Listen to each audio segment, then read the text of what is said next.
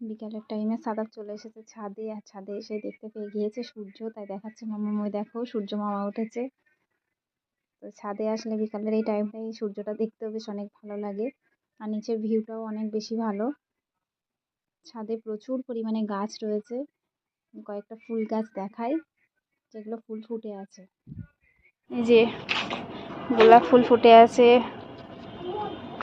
ছাদে, এই জন্য আসতে ভালো লাগে, অনেকগুলো ফুল আছে সাদা।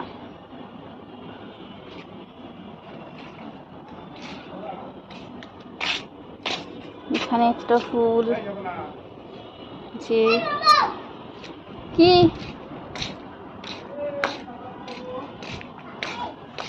এদিকে আসছো কি, অনেক গাছ আছে।